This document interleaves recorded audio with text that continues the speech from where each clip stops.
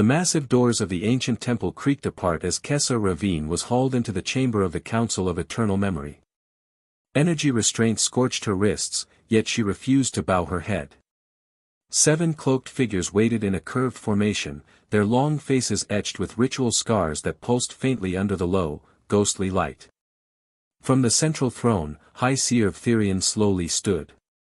His staff, carved from twisted bone, struck the stone floor with each step as his 3 unblinking eyes fixed upon her. "Another human intruder," he declared, his voice echoing through the vast hall. "You were discovered near the Forbidden Archive." Kessa met his gaze without fear. "I was looking for answers about my people."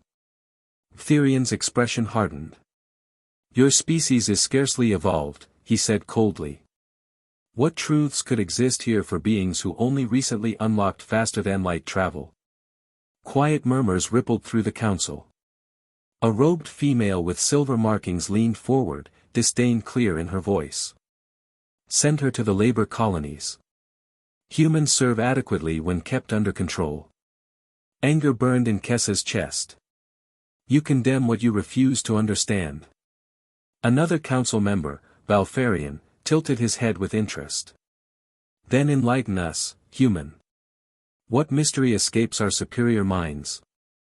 Kessa spoke softly, yet her words struck like thunder. "Your empire collapsed." Silence swallowed the chamber. Several councillors rose in shock, robes flaring.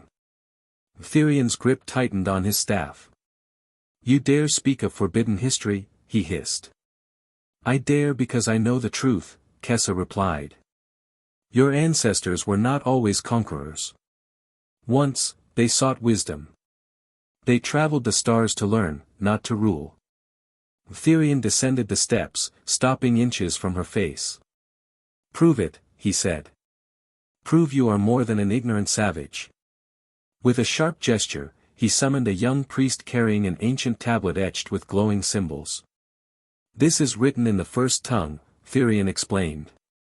"A language lost for 10,000 cycles. Read it, if you can." Kessa stared at the ancient tablet, its symbols shimmering with inner light. Her heart raced as she realized this single moment would decide her fate. She inhaled slowly, steadying herself, and began to speak. "In the age before memory, when the stars were young and the void was silent, the firstborn walked between worlds, seeking companions rather than subjects." The words flowed effortlessly from her lips in the forgotten language, clear, precise, alive. A collective gasp swept through the council. Therion staggered backward, his staff slipping from his grasp and clattering across the floor.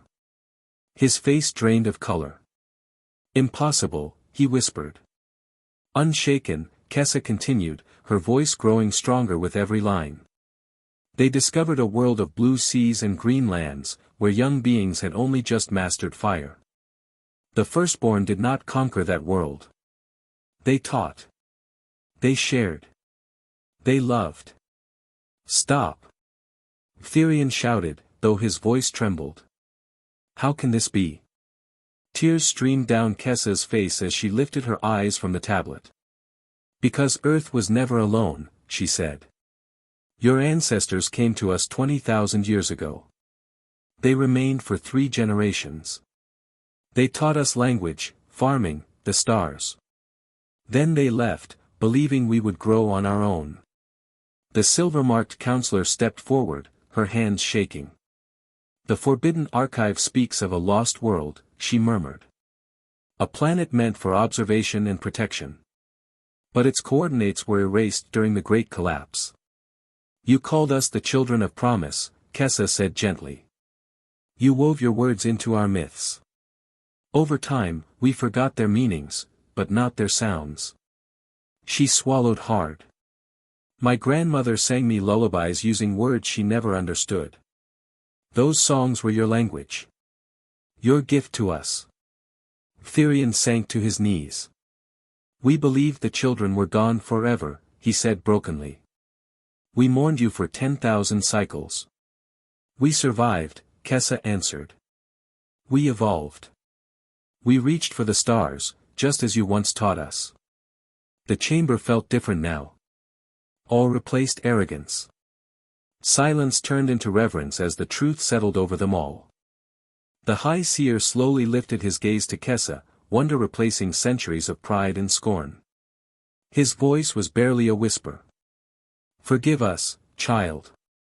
We forgot who we once were." Kessa smiled through her tears. "Then let us remember, together."